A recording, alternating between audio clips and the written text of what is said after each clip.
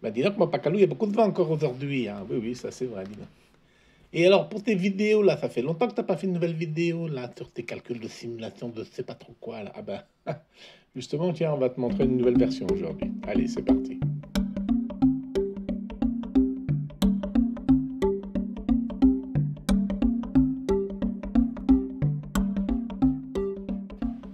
Alors voilà le programme qui a été assez passablement modifié. Je le lance. Voilà, on voit la fenêtre en train de se charger. Alors tu vois que la nouvelle fenêtre est quand même extrêmement différente par rapport à celle d'avant. Qu'est-ce qu'il y a de nouveau? Alors d'abord ici j'ai un onglet qui contient tous les clubs avec leurs caractéristiques. Si je prends par exemple le fer 7, eh bien on voit que j'ai une valeur nominale de 123 mètres, là c'est ma longueur moyenne, avec un écart de plus ou moins 3 mètres latéral, c'est-à-dire que j'arrive pas à jouer droit. Et puis en longueur, j'ai plus ou moins 10 mètres. Pourcentage de vol, là, ça veut dire 30% de vol si j'essaye de faire une approche roulée. Donc ce club est jouable depuis BDTF, B comme bunker, D comme départ, T comme les hautes herbes et F comme le fairway. Et puis voilà la maîtrise de ce club. En couplage, je le maîtrise à 90%, ça veut dire que je le rate 10% des cas, hein. En approche green, je suis pas trop mauvais, 70%, approche trou, 70%, approche roulée, 80%, et puis en putting, j'y arrive pas. Et puis en cas de roulé, ben, je sais faire une balle roulée si je suis à moins de 10 mètres du green. Puis ça, c'est son petit code F7. Et puis il y a aussi les types de zones. Donc les types de zones, c'est juste pour rappeler les différents types de zones. Alors j'ai rajouté une zone qui s'appelle A aux alentours du trou, à moins d'un mètre du trou, parce qu'on va voir que j'ai paramétré les différents types de coups. Donc si je reviens sur l'écran principal, ben voilà justement les 5 types de coups que j'espère pouvoir jouer. Donc le coup plein, c'est je vise le milieu du green. Pour les approches green, un autre type de coup, ben là je vise le milieu du green toujours. Et puis ici j'ai une approche trou, donc là cette fois-ci je vise le trou. Approche roulée avec la même idée. Donc là, pour moi, une approche roulée, elle est très bonne si je suis dans le trou ou à moins d'un mètre du trou. Puis là, c'est le putting, bah forcément, ça se joue que depuis le green.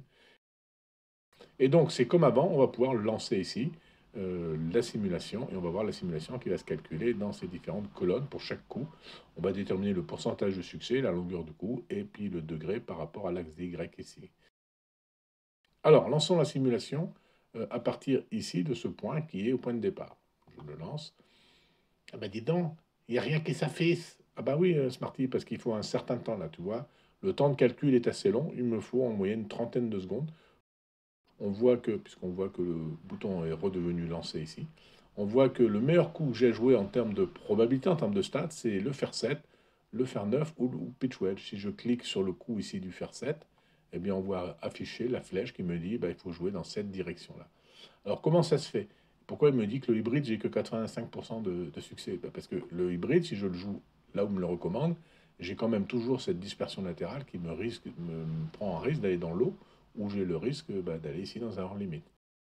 Donc voilà comment ça se calcule. Alors si je veux calculer une autre position, par exemple, je prends de cette position ici, là, voilà, pof, je suis donc à environ 120 mètres, et puis je relance le calcul. Ah, on voit que le fer neuf, c'est aussi un très bon coup, à 94% de succès. Ça vaut, et puis de tous les coups, d'ailleurs, on voit que c'est celui-là le meilleur. Donc ça veut dire que si je le regarde, c'est ce coup-là que je dois essayer de jouer en direction du trou. Alors en fait, là, ce coup-là, c'est un coup plein. Donc il vise pas le trou, mais il vise le milieu du green. Mais il se trouve que c'est ce qui me permet d'arriver le plus proche du trou. Alors je vais prendre encore un autre exemple. Alors je vais me prendre un point juste ici, pas très loin du green, et on va voir ce que la simulation me propose. Donc encore une fois, tout est supprimé et puis ça recalcule tout doucement. Le pitch wedge, ah bah le pitch wedge de tous les clubs, là jusqu'à maintenant, c'est 90%. Donc là, j'ai le choix, vraiment, entre dire je fais une approche roulée, j'ai 90% de succès. Si je le clique ici, on voit que le pitch wedge, il joue vers la zone ici, début de green, à 2 mètres à l'intérieur du green, j'ai paramétré vers le trou. Et puis ici, je vois que soit je fais une approche bah, directement au trou, 98 si je, 88% si je vise le trou, 90% si je vise le milieu du green. Donc si je veux vraiment aller au trou, la meilleure solution au trou, c'est quand même ici à 90% le pitch wedge ou le sandwich. Alors, dans mon exemple de simulation, on voit aussi que j'ai un très très bon succès si je putt. J'ai fait l'hypothèse que je peux putter du fairway, le fairway autour du green, proche du green, si les fairways sont propres évidemment. Puis maintenant, je vais prendre un coup sur le green. Voilà, ma balle elle est ici, sur le green. Je lance ma simulation. Alors là, la simulation va très très vite parce que le seul club que je sais jouer en putting est proche vraiment du trou, bah, c'est putter, d'après les statistiques de mon club.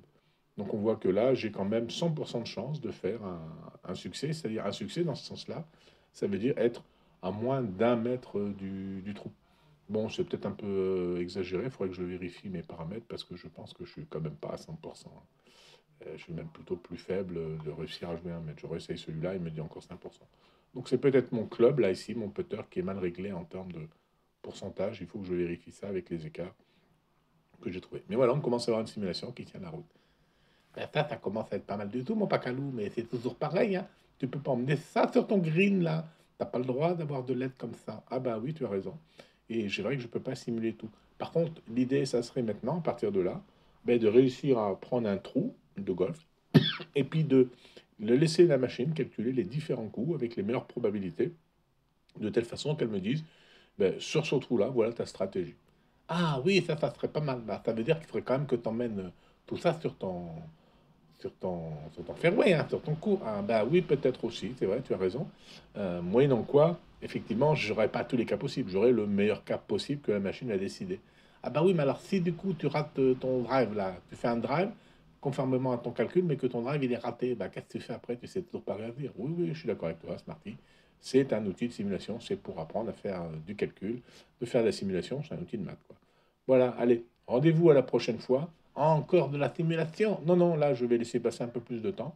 Bon, alors, du coup, qu'est-ce qu'on va voir la fois prochaine? Ben, la fois prochaine, on va revenir à des exercices un peu plus traditionnels de maths, physique, mais toujours quand même autour du golf, hein. C'est quand même une chaîne sur le golf. Le golf est un prétexte, certes, mais on essaye de parler de golf. Allez, voilà, à la prochaine!